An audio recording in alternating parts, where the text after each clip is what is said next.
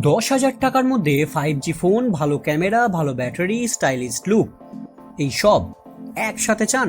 তাহলে আজকের এই ভিডিওটা আপনার জন্য, কারণ আমরা নিয়ে এসেছি তিনটে বাজেট ফ্রেন্ডলি ফোন যেগুলো 2025 সালে দাঁড়িয়ে সত্যিই কিন্তু প্রত্যেকটা মানুষের কাছে, সাধারণ ইউজারদের কাছে গেম চেঞ্জার হতে পারে, যাদের বাজেট একটু কমের দিকে কিন্তু স্টাইলিস্ট এবং ভালো ব্যাটারির ফোন চাইছেন এবং সঙ্গে camera. Motorola G35 5G, Vivo T4 Lite 5G আর Poco M7 5G, এই তিনটে ফোনেই রয়েছে কিন্তু দুর্দান্ত ফিচার। বয়স্ক মানুষ হন বা ছাত্র, সাধারণ ইউজার হন কিংবা হালকা গেমিং যারা পছন্দ করেন, সব দিক থেকেই ভালো কিন্তু এই ফোনগুলো এবং বেস্ট চয়েস হতে পারে। চলুন দেখি কোন দিক থেকে কোন ফোনটা সেরা হতে পারে। Poco M7 128GB storage, 6GB RAM, সঙ্গে Snapdragon 4th generation processor, octa core আর এই HD+ ডিসপ্লে, 120 হার্জের রিফ্রেশ রেট নিয়ে আসছে এই পোকো। হালকা গেমিং, মাল্টিটাস্কিং আর অ্যাপ ইউজের জন্য পারফরমেন্স ওরিয়েন্টেড ফোন, কোনো জায়গায় কোনো ল্যাগ নেই। আপনারা যদি পারফরমেন্স ওরিয়েন্টেড ফোন কেনেন তাহলে এক্ষেত্রে পোকো M7 কিন্তু উইনার হতে পারে। এরপর আসি ক্যামেরার দিক থেকে। ভিভো T4 Lite এর ক্যামেরা কিন্তু AI বেসড, প্রসেসিং ভালো। মোটরোলা G35 এর কালার টোন ফোকাস কিন্তু যথেষ্ট ন্যাচারাল, আর পোকো M7 এর ক্যামেরা কিন্তু ডিসেন্ট, তবে তুলনায় একটু কম শার্প। আর এক্ষেত্রে উইনার হচ্ছে ভিভো T4 Lite। এবার আসি battery performance. Motorola G35 5000 mAh এর ব্যাটারি, স্টক অ্যান্ড্রয়েডের জন্য ব্যাটারি ড্রেন কম হয় এবং ব্যাটারি লাইফ অনেক বেশি। 20 ওয়াট ফাস্ট চার্জিংয়ের সঙ্গে আসছে এই ফোন। পোকো M7 ফাস্ট চার্জারের সঙ্গে আসছে, তবে ব্যাটারি ব্যাকআপ অতটাও ব্যালেন্স নয়। ভিভো T4 Lite ব্যাটারি ওকে, তবে অন্য দুটোর থেকে একটু কম চলে। তাহলে এক্ষেত্রে ব্যাটারি ব্যাকআপ এবং পারফরমেন্সের দিক থেকেও যদি মোটামুটি ভাবা হয় তাহলে এখানেও কিন্তু মোটরোলা G35 এগিয়ে।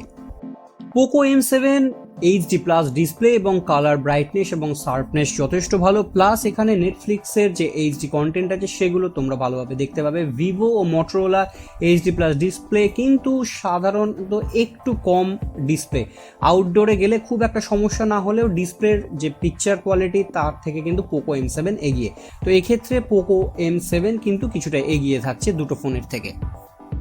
তাহলে মোট কথা ওভারঅল মোটামুটি বাজেট ফ্রেন্ডলি উপায়, পারফরমেন্স ওরিয়েন্টেড যদি ফোন আপনারা খুঁজতে থাকেন তাহলে পোকো M7 ঠিক আছে, কিন্তু ক্যামেরা যদি আপনাদের টার্গেট হয়, ব্যাটারি ব্যাকআপ টার্গেট হয়, স্টক অ্যান্ড্রয়েড টার্গেট হয়, তাহলে আপনাদের মোটরোলা অবশ্যই বেস্ট ফোন হতে পারে। আর ভিভো T4 Lite কিন্তু আর মোটরোলা এই দুটো মোটামুটি বয়স্ক মানুষ এবং সাধারণ ব্যবহারকারীদের জন্য কিন্তু বেস্ট ফোন হয়ে উঠতে পারে। এবার চলুন তিনটে ফোনের ওভারঅল একটা বেসিক যে ফিচার্স রয়েছে সেগুলো একটু জেনে নিই।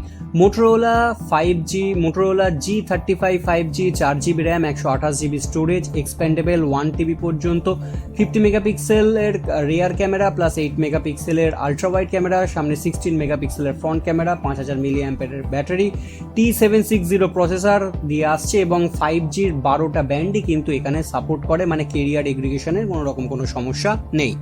এবার আসি ভিভো T4 এর কথা। T4 Lite 4GB 128GB ROM, expandable up to 2TB পর্যন্ত, display size 6.74 inches, HD+ display, 50 মেগাপিক্সেলের রিয়ার ক্যামেরা, 2 মেগাপিক্সেলের ডেপথ সেন্সর, 5 মেগাপিক্সেলের ফ্রন্ট ক্যামেরা, 6000 mAh এর battery, Dimensity 6300 5G processor. Poco M7 5G 6GB RAM, 128GB storage নিয়ে আসছে, expandable up to 1TB পর্যন্ত, 6.88 inches display, HD+ display, 50 মেগাপিক্সেলের rear camera, 8 মেগাপিক্সেলের front camera, 5160 mAh এর battery, 4th জেনারেশনের processor রয়েছে এখানে। তাহলে কোন ফোনটা আপনাদের পছন্দ অবশ্যই কমেন্ট করে জানাবেন। বাজেট ওরিয়েন্টেড 2025-এ এই ফোনগুলো বেস্ট অপশান হতে পারে আপনাদের জন্য। ভিডিওটা ভালো লাগলে একটা লাইক দিন, সাবস্ক্রাইব করতে ভুলবেন না, আর নিচে কমেন্ট করে জানান আপনার কোন ফোনটা পছন্দ কিংবা কিনছেন। দেখা হচ্ছে খুব তাড়াতাড়ি এরকমই আরও ইন্টারেস্টিং টপিক নিয়ে।